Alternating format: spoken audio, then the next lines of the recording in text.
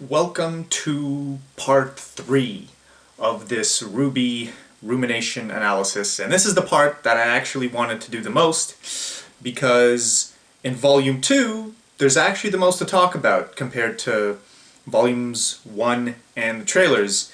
In volume 1 they didn't even know what they were doing, let's just say. It was hard to watch, it wasn't well animated.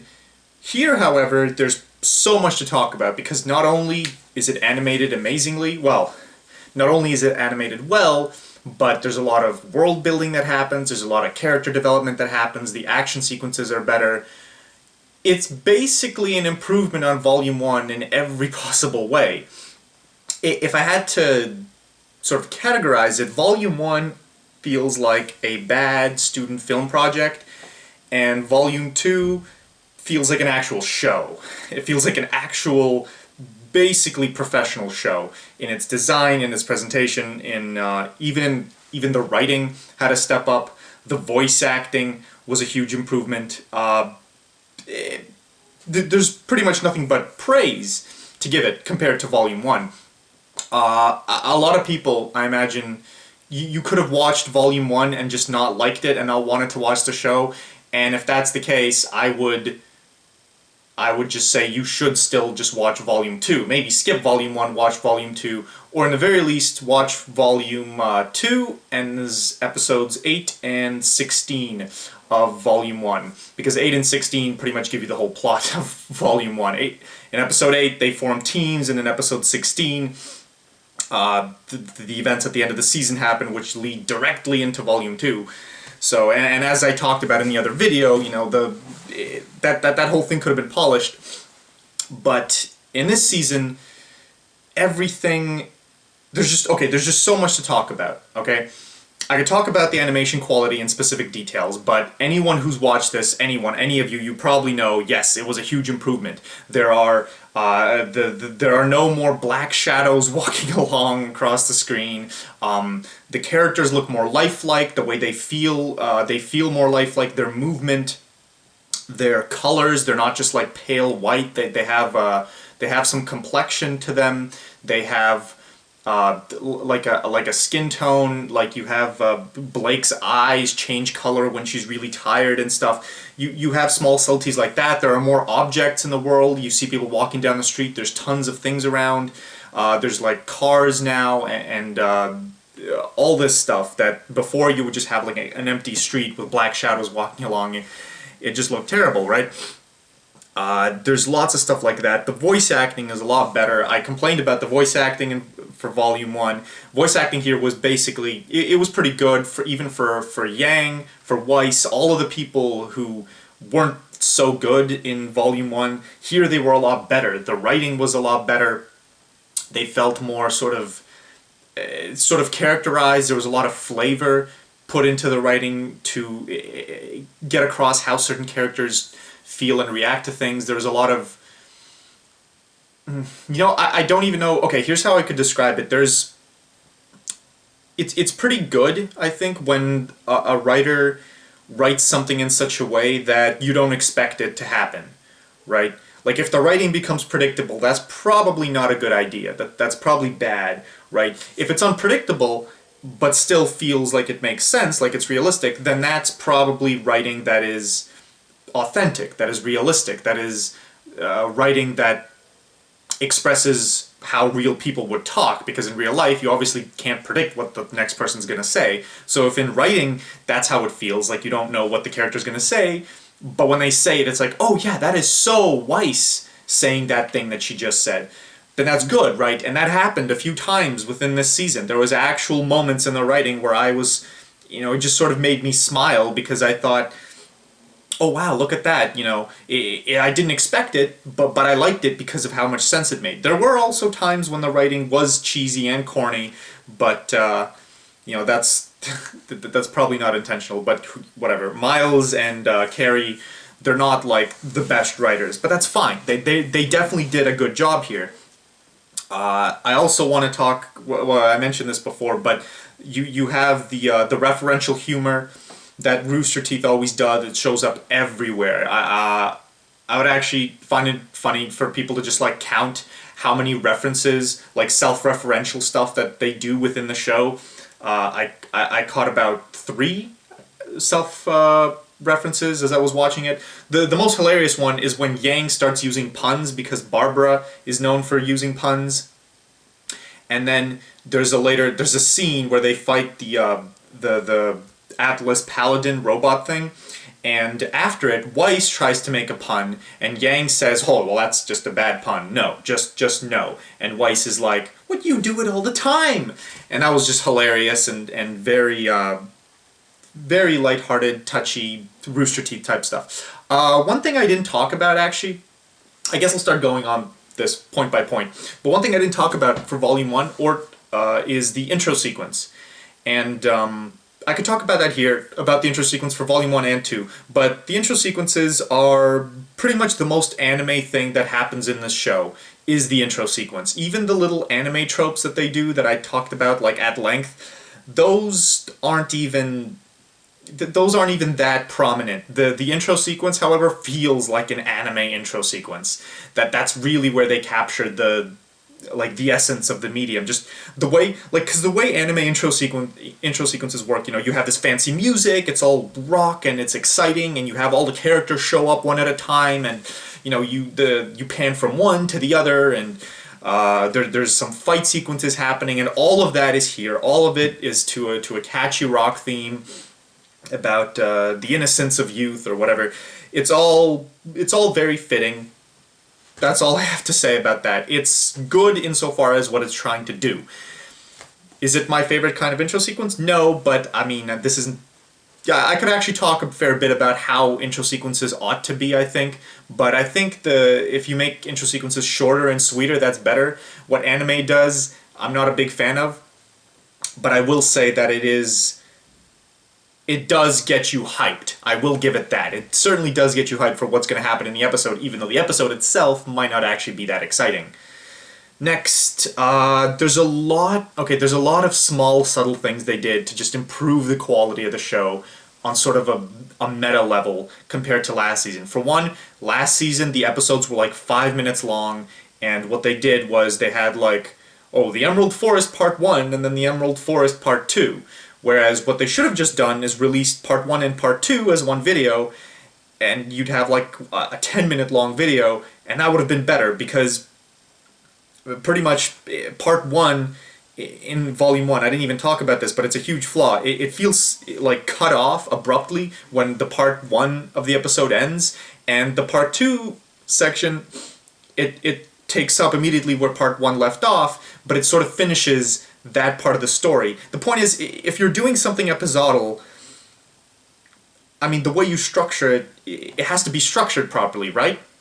If it's structured in episodes, and it wasn't structured well in Volume 1 because they just tried to... It felt like what they did was they took an episode, they divided it in half, and then they released the 2 halves 1 week after the other to artificially extend the period of airtime. I don't know why they would do this. Maybe they wanted more YouTube views. I don't know.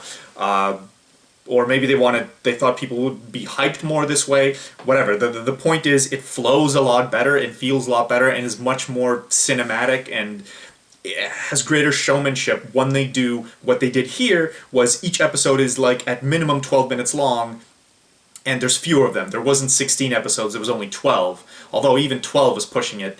I thought Volume 2 could have actually been shorter, but that's going to be a later point that I make.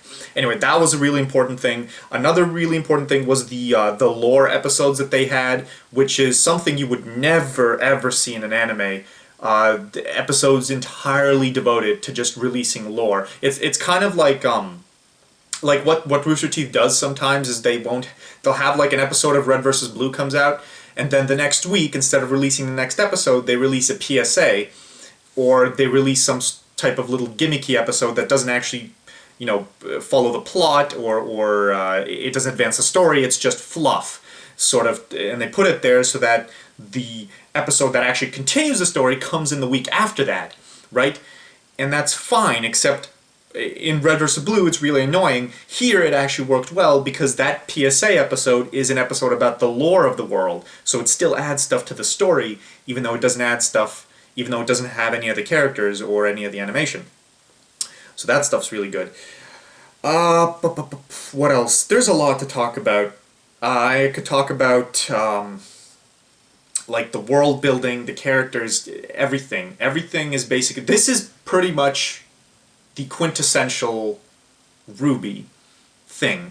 You know, if you think RWBY, a lot of the scenes I think of come from this volume. Not volume 1 of the trailers, because that stuff is all, like, they didn't know what they were doing. Here, however, it's thematic. There's a theme to it. It's very Rooster Teeth. It's very well animated. One thing I forgot to mention actually, the animation style. The way that the thing I kept talking about, which is when they try to sort of put in anime type events, anime types like things or tropes into the 3D animation, was terrible in Volume 1. Here, however, it's not as terrible because it's done so much more smoothly. It actually sort of fits into the world more. It still looks cheesy from time to time, like when the dog shows up. But other than that, it's basically better. It's believable to an extent. However, even with that, I would still not consider this show to be anime. It is still very much, anime in just the textures of it are anime-like, but the storytelling and the story itself and everything, all the nuances and details are not anime. And that's pretty much the big point. So, okay. I guess I'm going to start talking about the world, because there's so much we learn about the world within this volume. There's so much you guys learn about the world. Most of it you probably don't even pick up on, if you don't watch all the lore episodes or if you don't pay attention to all the little things that happen. There are 3 lore episodes that were released this season. One was about Dust, one was about the Grimm, and one was about... What was the third one about? I think it was about the 4 kingdoms, yeah. So, pretty much everything we know just comes from this season. There's 4 kingdoms: Atlas, Vale, Mistral, and Vacuo. And the state of the world is basically exactly like what I had said before. It is post-apocalypse. It's post-apocalypse. Technology exists, there's infrastructure, there's thriving societies, yet however they are surrounded on all sides by imminent danger, that being the Grimm. And even still, there are people and villages that live outside of the city walls, which I thought was really cool, but we haven't seen anything about that yet. We probably will later on. We'll probably see the village that John's team is going to go to, and their mission there. There is a war between the kingdoms that happened, so that's 2 wars in the history that we know about. We know about the war with the Faunus, and we know about the war between the kingdoms. Maybe those are the same wars. Don't know about that, but from the sounds of it, it could be different. You know a little bit about each of the kingdoms.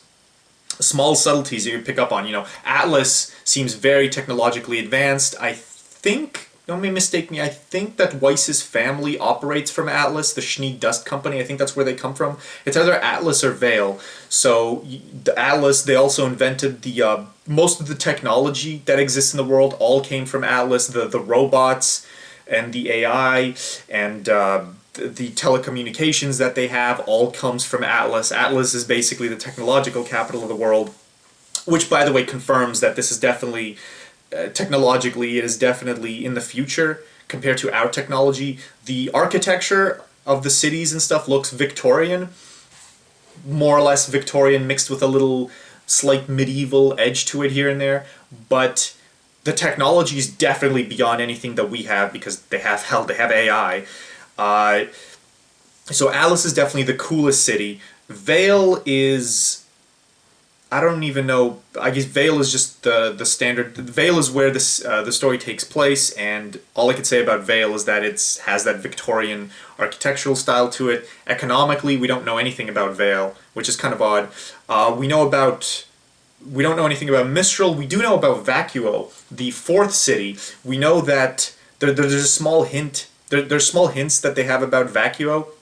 For one, Sun Wukong comes from Vacuo, and he mentions how in Vacuo they are not a suit and tie wearing kind of place, and he says that specifically when he and Neptune are talking about what they're going to wear to the dance. Not only that, but later on in the season, when Torchwick is addressing all of the people, all the students from the four kingdoms, the students from Vale, all the girls are wearing skirts, the guys are wearing black suits and ties, all the people from Mistral are wearing their own thing, people from Atlas are all wearing white suits, people from Vacuo are just wearing random clothes, like casual clothes, like they just walked in from the streets. There's just a small little like subtlety right there about what Vacuo is actually like, and I'm sure we'll learn more about these cities in Volume 3 or later on, however we go. Another cool thing, oh yeah, the war against art. He also mentions in that same scene, Torchwick mentions that there was a war against art itself, that there was like dictators or whatever people that were burning books and saying how art should be illegal or something along those lines, something very draconian about putting self-expressionism off limits, and people fought back against that, and that sort of caused a counter-cultural movement to counter this anti-art escapade. And the counter movement is what it's what created this sort of culture where parents will name their children after colors, right? And that's actually kind of neat, and that's a kind of cool way of explaining why every single character we know is basically named after a color or something that has a color to it. We have Jean, who's yellow, Ruby is red, Weiss is white, etc., etc. That's actually really, really cool. Symbols, that's another cool thing. We have, I mentioned the four kingdoms, but we actually know about the symbols to the four kingdoms. Each of them have their own symbols, and you see them for only a second in the episode where Weiss goes up to the communication tower. And I think the symbol for Vale is the one with the two axes crossed. So what the symbols, and like Weiss's family, the Schnee Company, they have her own symbols which show up on Weiss's runes whenever she casts a spell. So all these symbols start showing up. Anyway, the point I'm making is a lot of effort, or at least a decent amount of effort, was put into making the world feel like a real place and expanding the world, giving us all this information about the people, we even know a little bit about the government, that there's governing councils for every city. All of this cool stuff, and that's great. That's exactly what this kind of setting needs, because, and this is something you would never see in an anime, I want to point out. Never would you see this in an anime. In an anime, the setting would, at best, it would be expressed as you sort of go forward in the story. It would be something you learn as the characters go from their current adventure to their next one, which is an okay way of doing it, but at the same time, it's kind of stupid in a way, because the setting exists before they get to that next adventure, but it's usually pretty clear that the writers never thought of the setting before that next adventure was written, right? One Piece is a good example. At the start, you have no setting, you just have some pirates and some marines, right? But how the marines actually work and how the pirates actually work, you learn so much about that later in the show, in the manga. But none of that was thought of beforehand, and it's painfully obvious that it was never thought of, because if it was thought of, if the whole setting about the Marines and the Yonku and the Shishibukai, all that stuff, if that stuff existed right at the beginning, if the writers knew about that, they could set it up earlier, and they would make everything more elegant. The point is, the way setting information is introduced in anime is very, very cheesy. It's introduced in a convenient ways, like, okay, now this plot arc ended, this plot arc begins, and now we're going to introduce the setting to supplement this new plot arc. It's like, okay, I mean, I don't buy it, but whatever. Whereas here, they're clearly putting an effort, at least subtly, of getting us to understand the setting before we get to the next part of the story, which is good. They're setting things up so you can pretty much predict where the story is going to go. That's always better, because if you can't predict, well, it's better to not know where the story is going to go, but the fact that you can guess as to where the story is going to go means that there is there's already substance there. There's already setting and information there.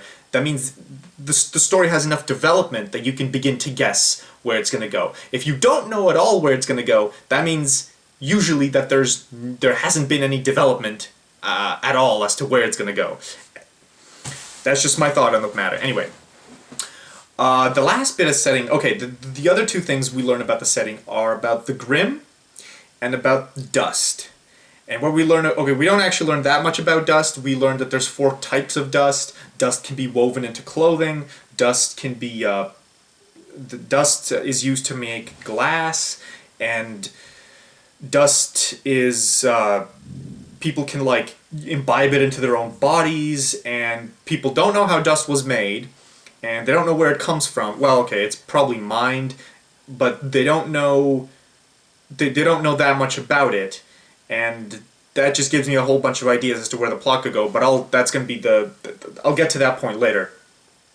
The last thing that the world really builds up on is the Grimm and how the Grimm works, and we learned so much about the Grimm. We learned that the Grimm are not mindless. We know that they have intelligence. We know that the Grimm are not, they're not completely animalistic. They actually have a sort of community of their own, like they travel in packs or in herds, and they have a plan of some kind.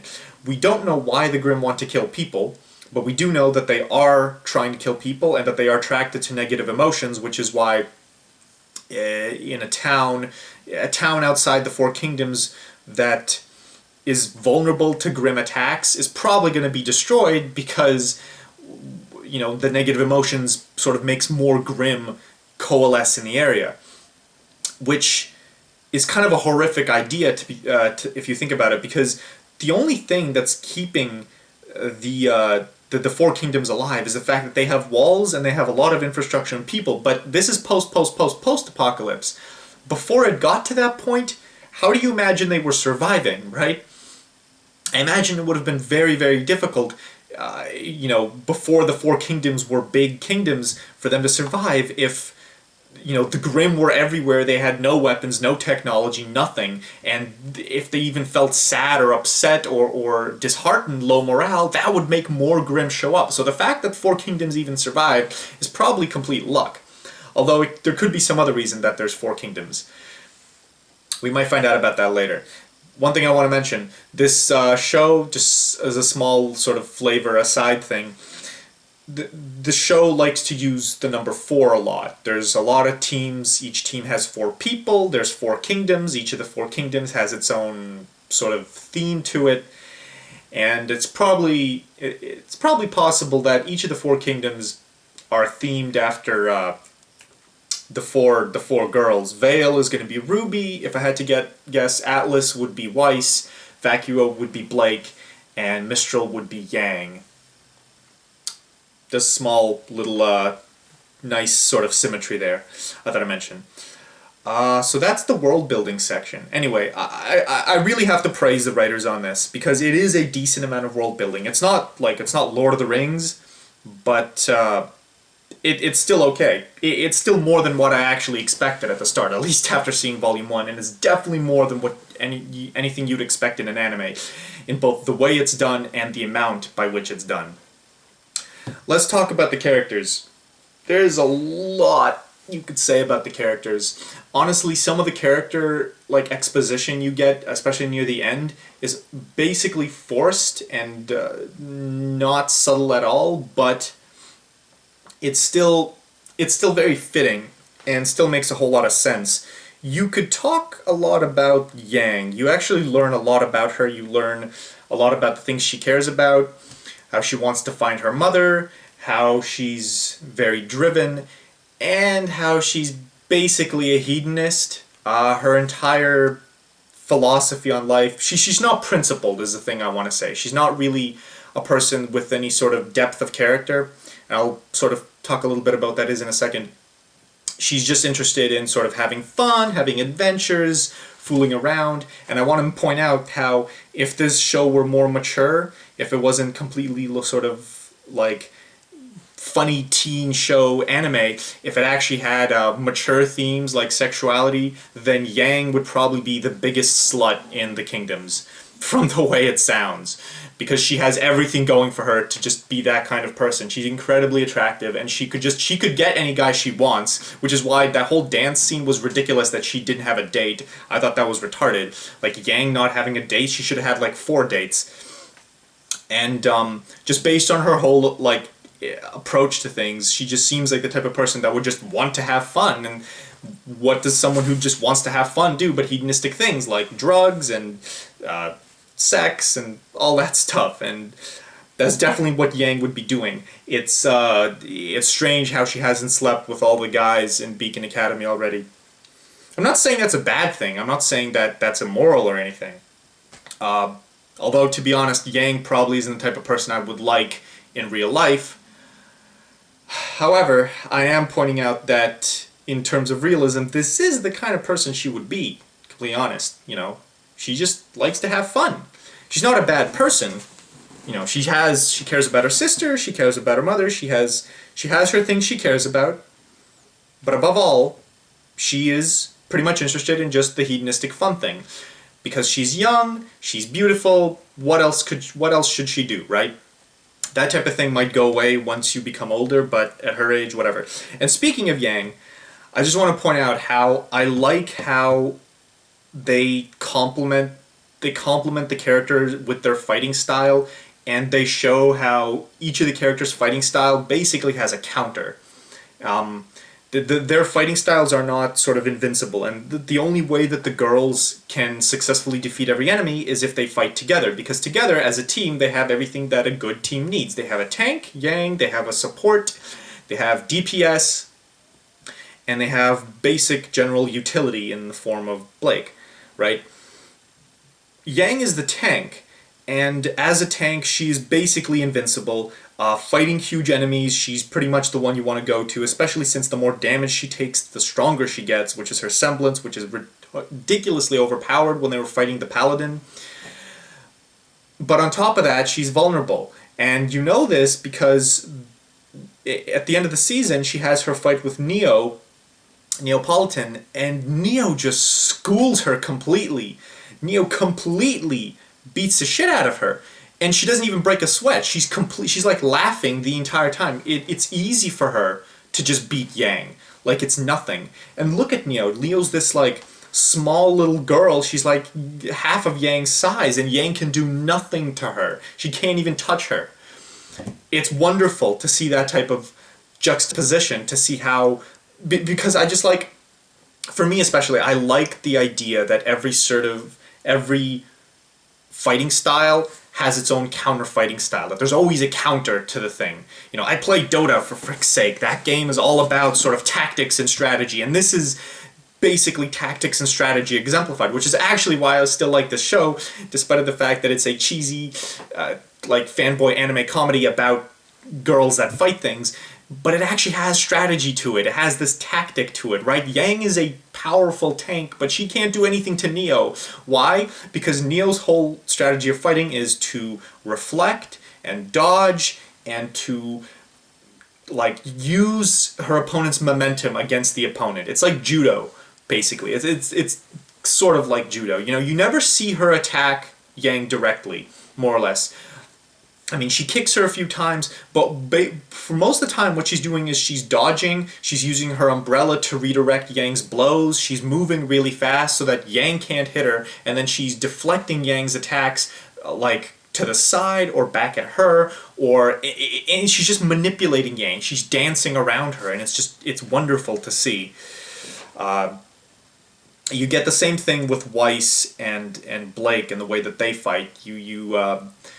Weiss is fighting this giant guy with a chainsaw, and she's just going brute force at him. She's using all her spells, she's trying to use all these quick attacks, and none of it's working because this guy is clearly a tank.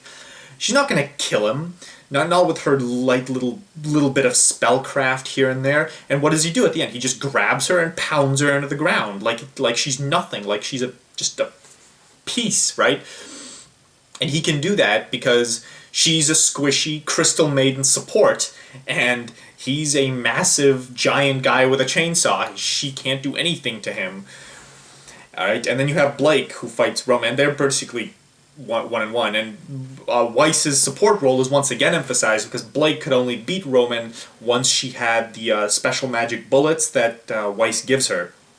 So all these different things about the fighting styles, I love it. It's really good stuff. Speaking about the fighting styles, it actually reminds me of this one quote that Ozpin has during the dance. Is he tells RWBY that a dance is unlike a fight. And that's actually kind of how I think about it.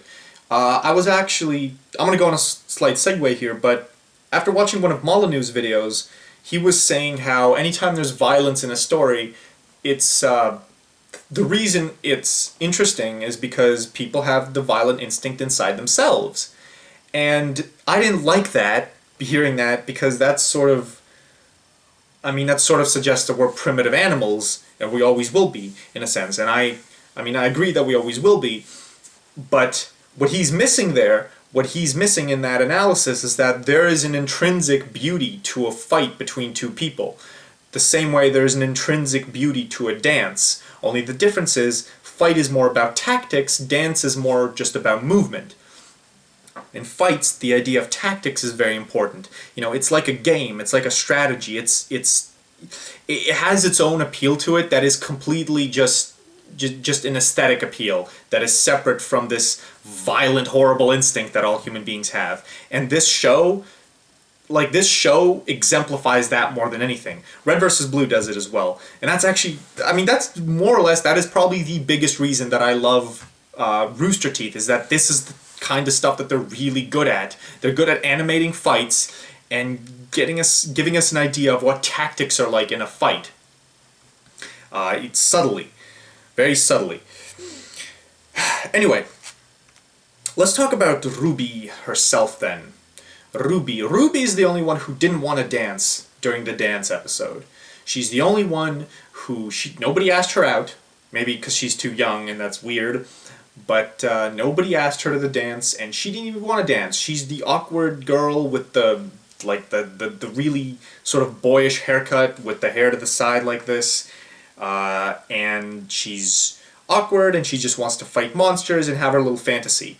In other words, she's probably still too young to have had romantic feelings towards boys or whatever, but actually no, she's probably like 13. No, she's definitely older than 13. You know what? Forget that.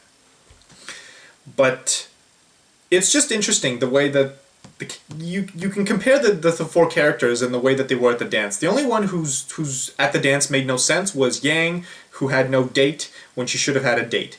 Blake had a date and she didn't want to go because she's all moody. Makes perfect sense. That's exactly how Blake would react. I believe that is something that would happen to Blake. Weiss wanted to go, but she didn't want to, go with all the random guys that asked her out, like Jean. They liked her name and she's famous and whatever. No, she wanted to go with the guy she liked, which was Neptune, right? But he didn't want to go because he didn't know how to dance. So that's something that was very believable. And RWBY didn't want to go at all because RWBY doesn't like to play dress up and she just wants to go and fight monsters and have her little kitty fantasy. It's so appropriate in a way that RWBY is that one. And this ties heavily into the theme of the show, which is all about innocence. And I'll mention that right at the end. But I wanted to just say something about depth of character, because this show does, especially the way it looks at the four girls, it does try heavily to give every single one of them a sense of depth of character. Now, what is depth of character? Depth of character is pretty much, well, the way I see it, it's when a character cares about something selflessly, right? It's whether they care about, it's anything that they do that isn't selfish. It's if they have some sort of principle, if they have some ideal they want to strive for, if they have something they really care about that isn't themselves or their own personal whatever. Of the four girls, the one with the least depth of character is Yang for sure, because the only thing she cares about, at least now, is just having fun. After that, I would say Weiss, because Weiss cares about her family name and giving it honor and pretty much her own success. She's very cold in a lot of ways. Not completely uncaring, but still fairly cold. She has her things she cares about, but she can brush people off fairly easily. And then you have Blake and Ruby, and both of them have an immense amount of depth of character. Ruby more than Ruby more than Blake, actually, because Blake's depth of character is more sort of on the surface. It's obvious what she cares about because she talks about it all the time. You know, I care about Torchwick. I want to stop him. I care about the White Fang. I want to stop them. That's her whole motivation the entire season. Whereas Ruby, she pretty much seems to be going along with it, but there's like obvious subtleties in the way Ruby does things that she actually cares more than anyone about everything. That's just who she is. She's just a fundamentally loving, caring person. There's a great there's a great sequence of scenes when Oobleck, the professor with the green hair that's really fast, when he's talking to all the girls, he's asking them, well, why do you want to be a huntress? Because it seems like they all have their own motivations in mind that don't necessarily line up with the ideal of a huntress, whereas Ruby, he never asks her why she wants to be a huntress. Why is that, do you think? By all means, give me your opinion as to why you think that is. The reason I think it is because the fact that Ruby wants to be a huntress for the sake of being a huntress is obvious. It is painted on her face. It's obvious in every single thing that she does. You know, these sort of childish fantasies that she's had about being a huntress, that she wants to live them. She really genuinely believes in the cause, in the what they're fighting for, in the appeal of being that type of person and making her family proud. Everything, like everything in her life lines up perfectly for her to be that type of person. The other three girls, being a huntress is just sort of a convenience. Yang wants to be a huntress because it's her idea of having fun. Weiss wants to be a huntress because she wants, well, what she really wants is she wants to, she has her own plans for what to do with her family name. Her family is, she wants to make her family proud, and at the same time she wants to improve her family because she doesn't totally approve of the way that the Schnee company works, and she wants to basically she wants to create a legacy, is the best way to put it. She wants to create a legacy. And then Blake is more or less, as she says so herself, she's running from something. She's running from her past, and she's trying to redeem herself. That's the best way of phrasing her story. The reason she wants to become Huntress is for redemption. She wants to help people, but she also wants to redeem herself for her past sins. But Ruby is the only one who wants to be a Huntress just to be a Huntress. I mean, it's kind of fascinating in that way. And Ruby is the quintessential character that exemplifies the loss of innocence theme that, again, I will mention at the end. What other characters we have? We have Pyrrha.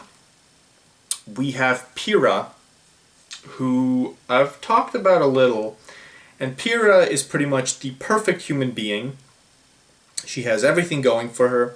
She's perfect. She's incredibly talented, good at everything she touches, smart, very good fighter, better than like basically every other fighter at the academy, minus maybe a few people, minus maybe Ruby, who's overpowered because of, speaking of which, that whole shit that Ruby does within the first episode is just retarded. She should not be that powerful. Ruby pretty much what she does is she just turns into like a tornado and kills Pyrrha's entire team like that. Like, it's not even possible. Pyrrha, however, also very, very powerful. She's untouchable. She controls magnetism. She's like Magneto, and she controls metal. And on top of that, she's a very good fighter, even though she has very long hair, and that doesn't make any sense.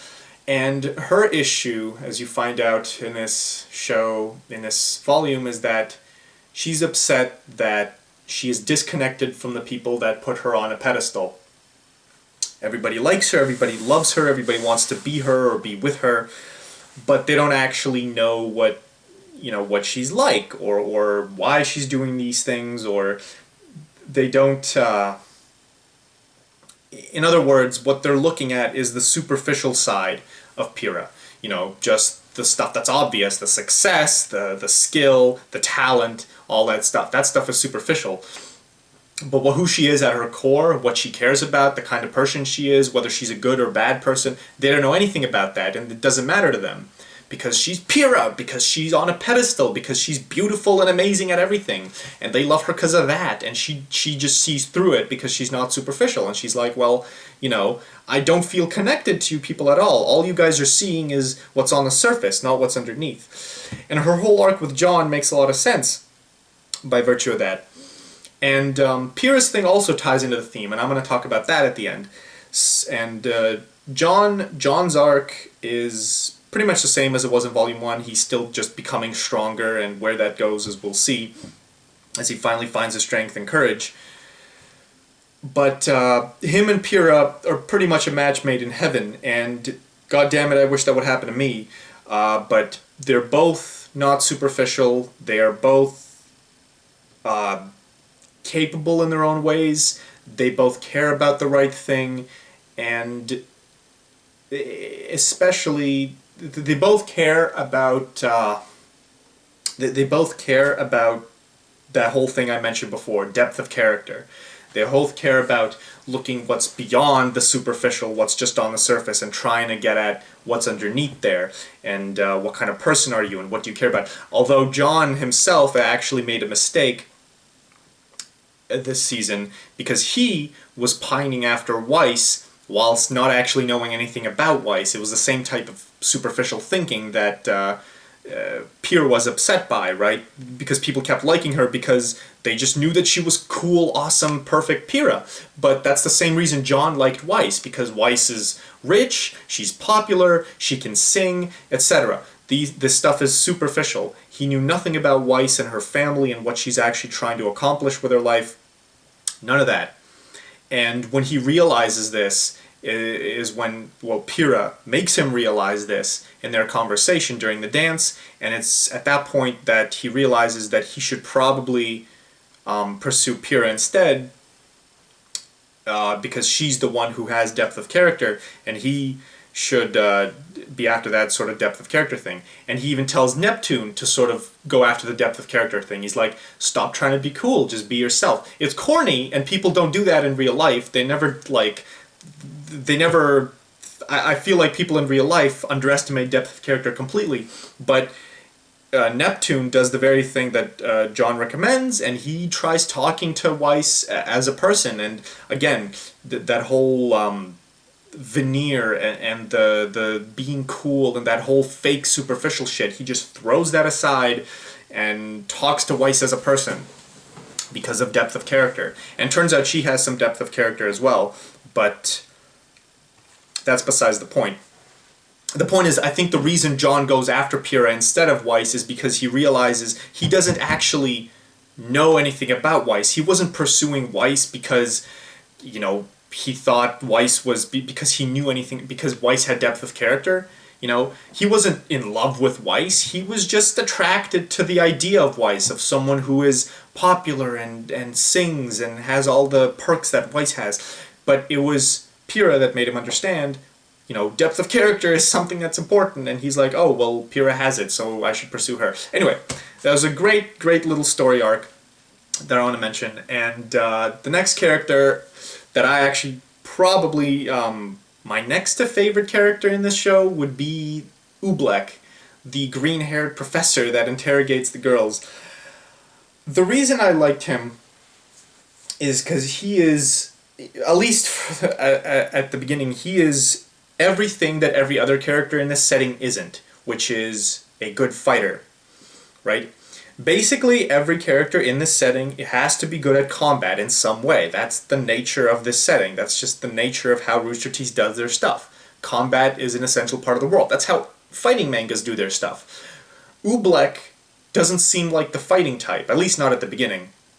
I really don't like that they made him a fighting type later. That whole bit where he, like, his coffee mug turns into like a staff that he uses to punch the dog, like bat the dog into the enemy paladin and destroys it.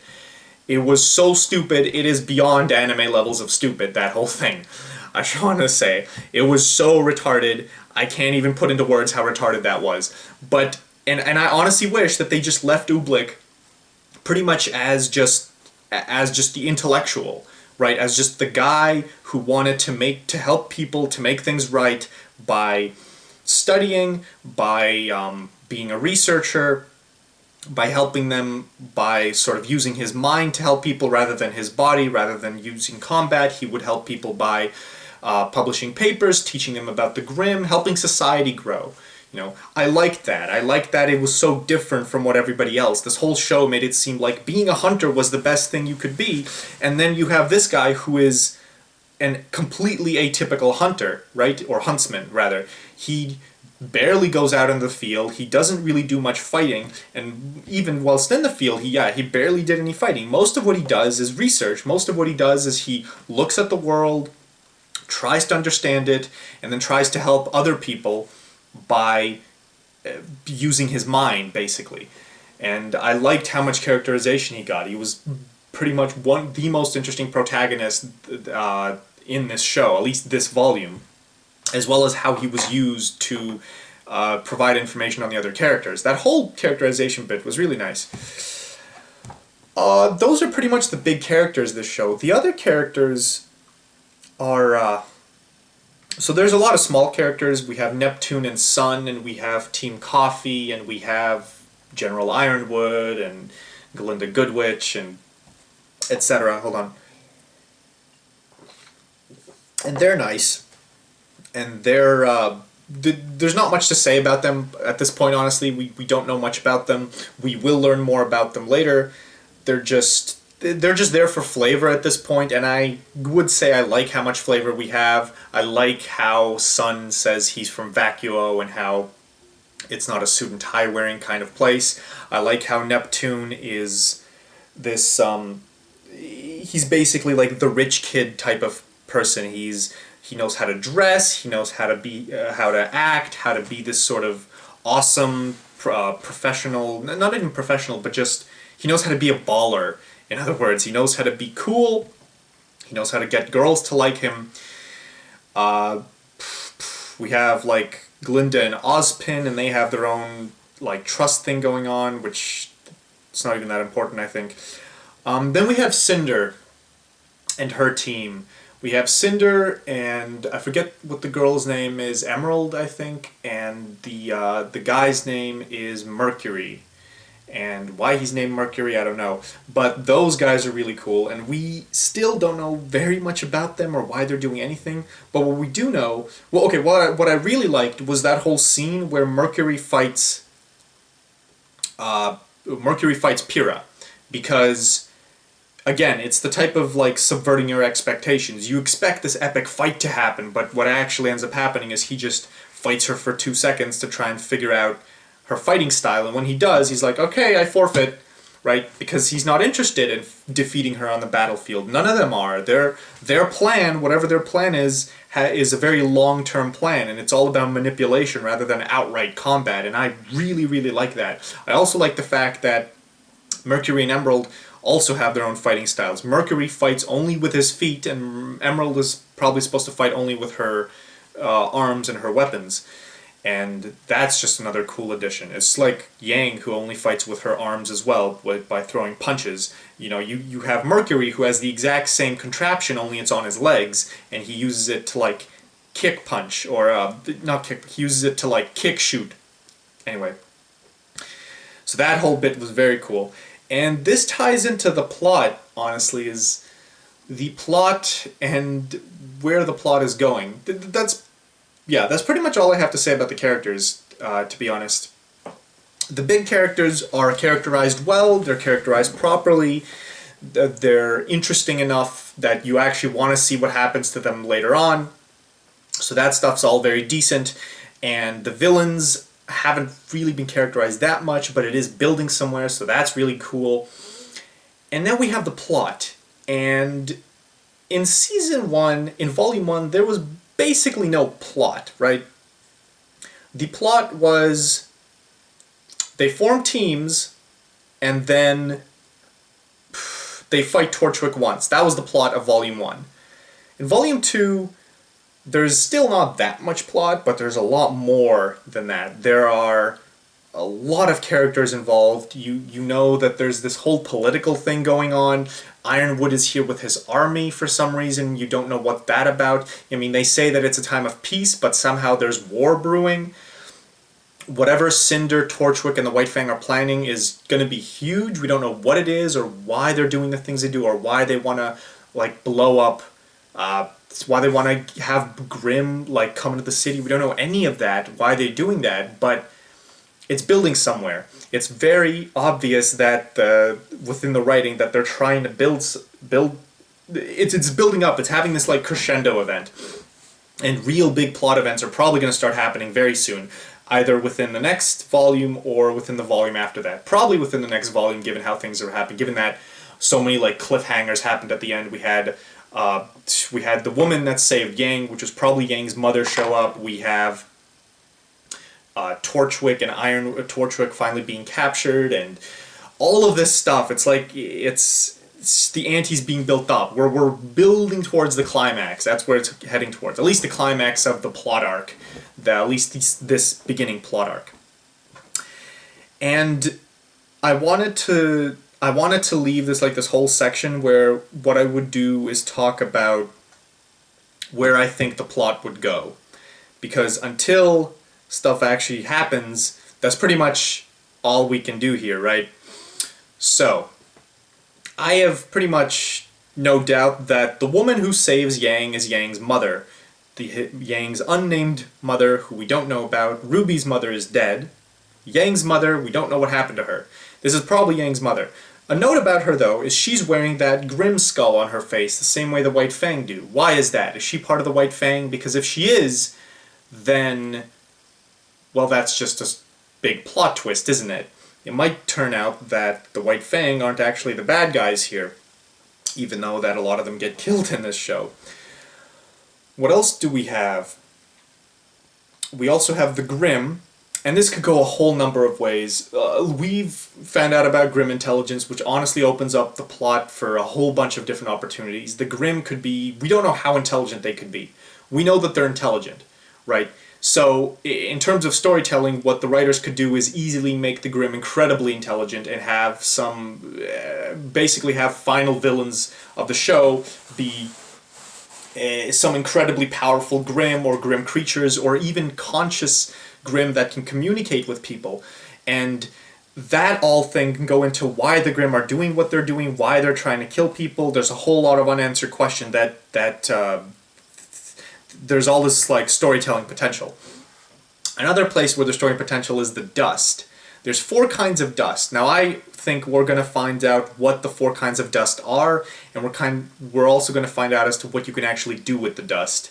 Moreover, like, you can imbibe it into your body, and that screws people up. And there might actually end up being people later on in the show, maybe very screwed up villains who, like, imbibe their whole bodies with dust and just become, like, crazy monsters or something. Like, kind of like how Frank Fontaine in Bioshock 1 imbibes himself with Adam and becomes a giant mutant monster thing. So there's that. Torchwick and Cinder's plan, as I already said, we have no clue where this is going, but Torchwick obviously doesn't know anything about what's happening. He's just this conceited, like, criminal sociopath guy. By the way, I did say Torchwick was my favorite character, and I didn't say a thing about him. Torchwick is... and this does tie into the plot thing, though. First thing about Torchwick, though, is that I love how he is, like, based off of Alex from Clockwork Orange. I didn't notice this before because I hadn't watched Clockwork Orange. Then I recently watched the movie, and I realized, hey, he actually looks exactly like that guy. He's totally based off of Alex from Clockwork Orange, and he even has the same way of talking to people. He's just so, like, conceited and arrogant in, like, every single thing that he says and does.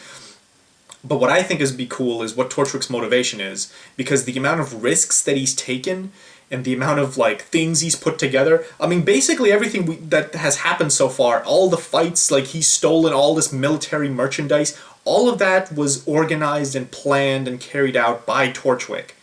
Like, he's incredibly skilled at what he does. And why he's doing it all, like, because it's terrorism, right? It's pretty much terrorism what he's planning, what they're doing. It's just, is blowing up tunnels so that the Grimm can enter that city. That is pure terrorism. So why Torchwick is being a terrorist, even though he's just a thief, is very, very bizarre. It would suck if the reason he was doing it is just because of a paycheck. That would be very boring and uninteresting, and I hope that's not the reason. I hope they have something like bigger in mind for him, and he's definitely going to have another part to play in the story, as Ironwood is going to try to get information out of him next. What else to say? Yeah, the technology. So yeah, there's a whole lot of things that could happen, as I was saying. One thing, it's a prediction I can make, is we have this other character, General Ironwood, who gets introduced, and we have this whole political thing between him and Ozpin going on throughout the show, and right at the end, Ozpin, pretty much Ironwood gets all this power, and he's going to be overseeing security in the city during the Vital Festival. And I think that's interesting, because it just made me think, because this entire terrorist plan event thing, all it did was it made Ironwood benefit. Why is that? I was trying to sort of figure out, well, why on earth would Cinder and her team do this act of terrorism, plan this act of terrorism out, just to partake in the fight and defeat the Grimm that start invading the city, when the only person who seemingly benefits from the whole thing is Ironwood. I see Ironwood as the type of person who could very, very, very easily end up being a villain in the show later on. I see him very easily being a villain. So far, he's done nothing but benefit. He is incredibly powerful. He has tons of resources at his disposal. He has a whole army. There's like no limits as to what the type of villainy he could unleash. He has these robots on his side. On top of that, there'd be a whole lot of drama and tension if he were to end up being the villain, because Penny, the AI robot chick, is obviously programmed, could easily be programmed as sort of a military soldier that is forced to obey Ironwood and the military, if need be, and that could create all this tension between RWBY and Penny, and RWBY would be like, oh no, Penny, my best friend, or Penny would be like, no, RWBY, my best friend, I have to fight you, I'm sorry, and RWBY's like, no, I don't want to kill Penny, and all this horrible sadness, and then right at the end there's going to be this cheesy moment where Penny's about to kill RWBY, because she's a fucking robot, there's no way you can kill Penny, but, her love for RWBY, her genuine AI love for RWBY overpowers that programming, and she stops herself, or pulls the trigger on herself and kills herself, and some beautiful moment like that could easily happen. No, but I could easily see Ironwood being the villain. Easily he could end up being the villain. There could end up being a twist.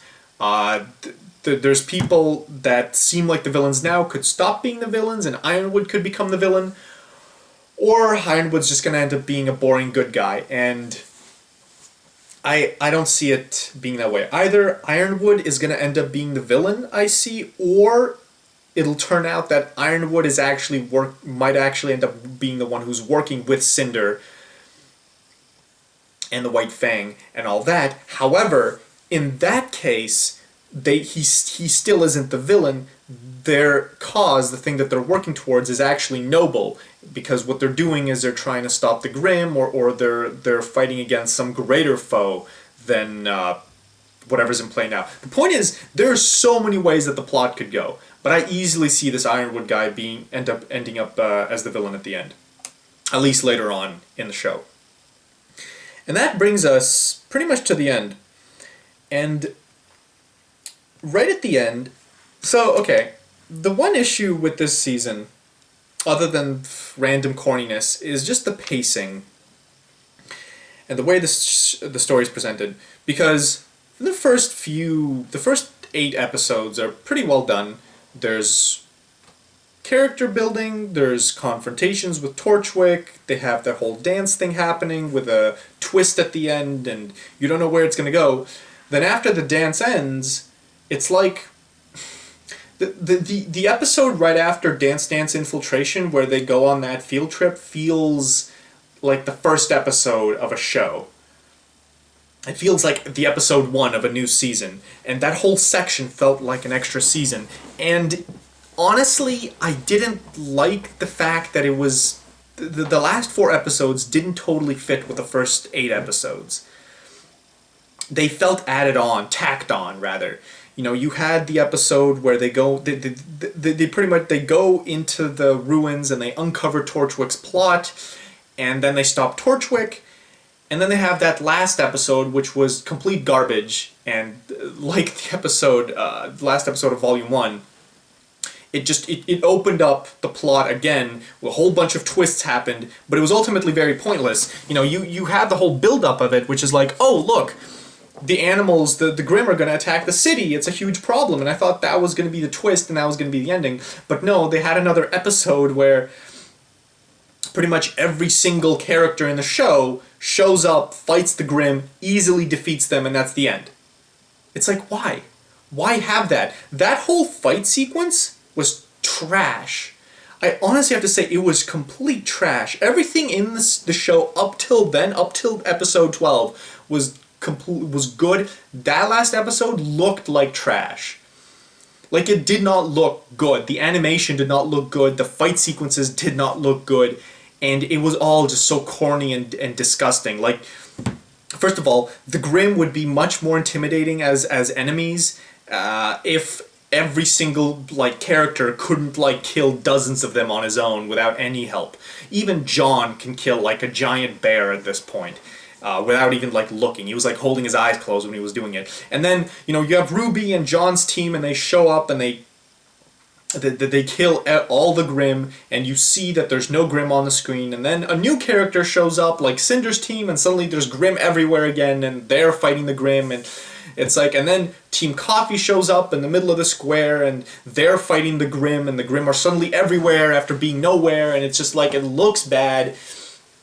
And then Glinda Goodwitch shows up, and then the army guys show up, and then Oobleck and that fat professor show up, and they're all fighting Grimm, which are everywhere, even though they shouldn't be everywhere because RWBY and John's team killed all of them right in that beginning area. It's just you have the town square, the Grimm show up, and then RWBY, they fight, all the Grimm are gone, and then suddenly it's It's like we hop into an alternate universe. Then Team Coffee shows up, and suddenly there's Grimm everywhere again. RWBY's team and John's team, they're nowhere to be found. They're not in the background. They're nowhere. Now Team Coffee's fighting the Grimm. Maybe they were in a different part of the city. I don't know.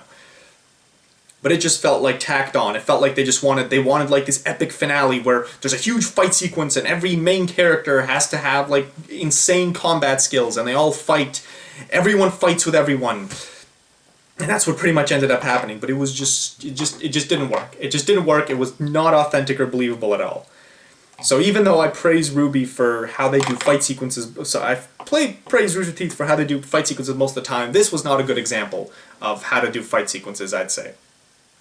It was just cheesy and poorly animated and just corny and bad.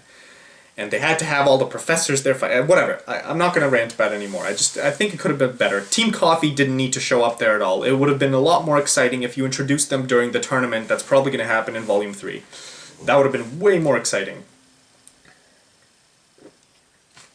Anyway. And I think, that's the reason I say my ultimate guesses for where the show's going to go is Volume 3 is probably going to be about this tournament, and Volume 4 is going to be about where the plot goes after the tournament. That would be my guess. It's either going to be that, or they're going to try to mix the two together. Or maybe they're putting the tournament off. I don't know. But those are the next logical steps. There's going to be the tournament, and there's this whole plot that's brewing. Where is it going to go? And that brings me right at the end to the themes, of course, of this show. Because it does talk. What are the components of a story? There's plot, character, setting, theme, and tone. And I talked about these 3. The setting is very well expanded and built upon and nice.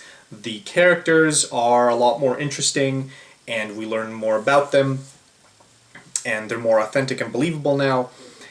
And the plot is definitely going somewhere, at least that's how it feels, unlike Volume 1, where you don't know where the fuck it's going. And next we have the themes. And what are the themes? The themes are loss of innocence, is an obvious theme that is everywhere in the show and basically all the characters. It's all about, you know, growing up and figuring out who you want to be and how you want to do it, and sort of having the childish illusions we have as kids sort of evaporate as we find out how to actually be people, how to actually do things in the world instead of just being children. And this is like, it's everywhere in the show. You know, you have Ozpin saying like, right now they're just children and they won't be able to play that part for very long. You know, they're growing up. That's what the show's about. It's about growing up. It's about learning what the world is sort of actually like. And it's not gritty in that sense, but they learn, at least in this volume, in this season, the girls learn more about themselves and why they're doing the things that they're doing. You know, they're not just like, ooh, I'm going to be a huntress or a huntsman. You know, they're learning why they want to do it. That whole conversation with Ublik that they have gets them to realize why they actually want to become huntresses. You know, that it's not as clear-cut as, I just want to be a huntress, I want to kill monsters. No, there's a lot of introspection that happens. And the reason there's a lot of introspection that happens with them is because that's what the point is, that there's going to be introspection as you're growing up. There's going to be all this introspection. You're going to learn a lot about yourself and about how to grow up. And the other thing is the Pyrrha thing, the how you shouldn't be superficial thing that shows up with her and John's arc. And it sort of goes both ways with the two of them. You know, you have Pyrrha, who is perfect in every way on the superficial level, but nobody knows anything about her on the inside. And then you have John, who is horrible in every superficial way. He apparently, for some reason, isn't as attractive as some of the other guys. He isn't a good fighter. He's kind of a coward. But on the inside, he has a good heart, he has a good soul, and he actually wants to improve and become better. So, again, that pair, their whole story is all about the not being superficial part of it. And honestly, I was thinking, when I watched the whole Pyrrha thing unfold, as I was thinking, do people like Pyrrha actually exist? You know, people like, I imagine it might be the case for some celebrities in real life where they're talented and they're adored by fans the world over, but the fans don't really know who they are on the inside, right? They don't, like, it's all superficial. It's an entire, like, superficial escapade. There's no depth to it. There's no depth of character to it, as I kept saying, right? It's like, where does the depth of character come in? And I mean, I imagine some of them do have depth of character, although usually I think that most celebrities don't have depth of character. They're just as superficial as the fans, like, make them out to be. And it's nice to see that this show is trying to make it seem like everyone has some depth of character to them. Even Yang, who I said doesn't have very much, even she has something she cares about. Even she has some principles outside of, I just want to have fun and sleep around. Yeah. So there's definitely good stuff to be said about that. Again, it's nice to say that the show is sort of praising the depth of character thing and saying this is something that's important. And it also ties in well with the growing up theme, because the idea there is depth, like character, that's something you should actually value more as you're growing up. Because in the end, that is something you're going to end up valuing the most when you're older.